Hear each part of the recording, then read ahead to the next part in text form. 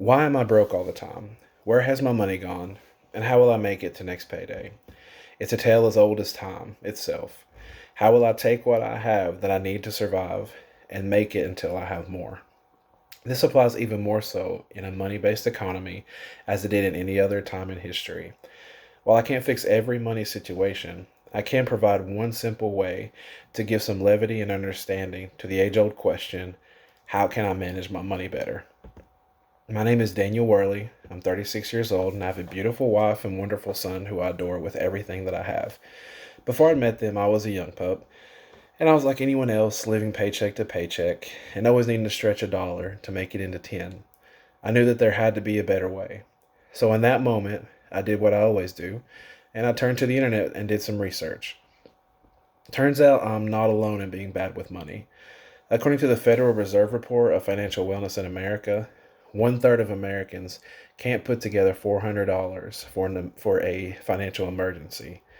After digging some more into the issue, I realized that I needed to do the first step, which is following and creating a budget. Now, let me dispel some untruths about budgeting. Budgeting is not about limiting yourself and cutting out all the fun things in your life and eating rice and beans, beans and rice, as some would have you believe. Budgeting is about giving yourself the knowledge and confidence to know where your money's going, allocating money for fun things while also taking care of the important things, and planning for hardships in the future. So you may be asking, Daniel, how do we start? First, we have to know how much money we're bringing in. We can't build a home without the raw materials, and in our case, these raw materials is our income. Just like you wouldn't start a house without the lumber, nails, the hammers, the ladders, we're not going to start until we know exactly how much we're bringing in monthly. For most of us, this is the easiest part. We make a certain wage and we make it consistently.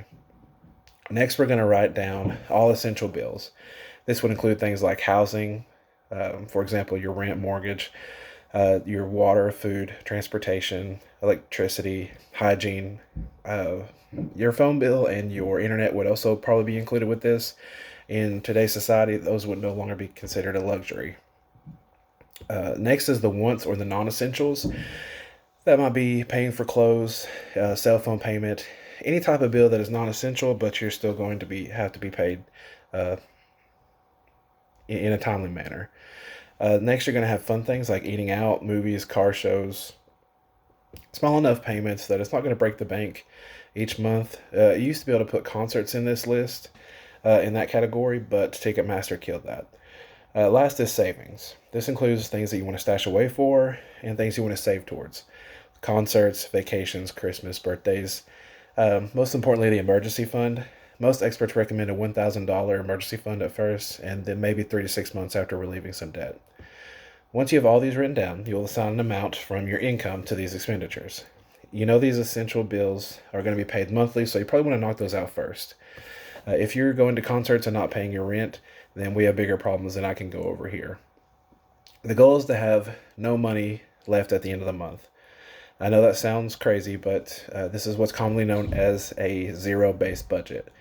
Every dollar has a job to do and needs to go towards something, whether it's concerts, movies, your car payment, or just for savings. It has something that it needs to be allocated towards. We know exactly where our money's going, so this leads to more confidence in our finances. We are able to look at a budget and see what our spending habits are, where our money's going towards, maybe why we're spending too much, and where we lack a bit of maturity. Well, I overspent last month because I paid $400 in groceries, and I also spent $200 on going out to eat. Plus, there was the movies that I took my girl to. That was about $50 with popcorn.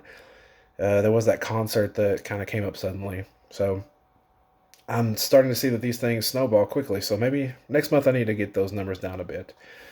Now, there are other types of budgets. They mostly revolve around a zero based budget. There's the 50/30/20 budget. It's a bit extreme, but you allocate 50% of expenses to essentials, 30 towards your wants, and then the last one, the most important one in my opinion, 20% for savings. Some even go to a more extreme approach with the 80/10/10 plan, where you spend 80% of your income You save 10% of your income and then invest or pay off debt with the remaining 10%. Another style is the pay yourself first method, where you allocate your own savings first out of your income. It's a more disciplined approach, but allows you to consistently save more, and you treat it as if that money was taxed away so you don't really miss it. Each method has their own perks, and it's really up to personal preference. Since studies show that people that use a budget for their personal finances are more confident about their money choices, less stressed when big expenses happen suddenly, and they also see a reduction in overspending, we know that the best thing to do is just to find a method that works for you and stick to it. Live within your means, save a small nest egg, and soon you'll stop working paycheck to paycheck. I know that we all want to feel a bit better about our finances at the end of the day, and budgeting can be a surefire way to alleviate some of that stress. Now I don't stress when I have to pay $400 or $500 for a new set of tires. I budget my way to less stress, and I know that if it works for me, they could also work for you. Thank you.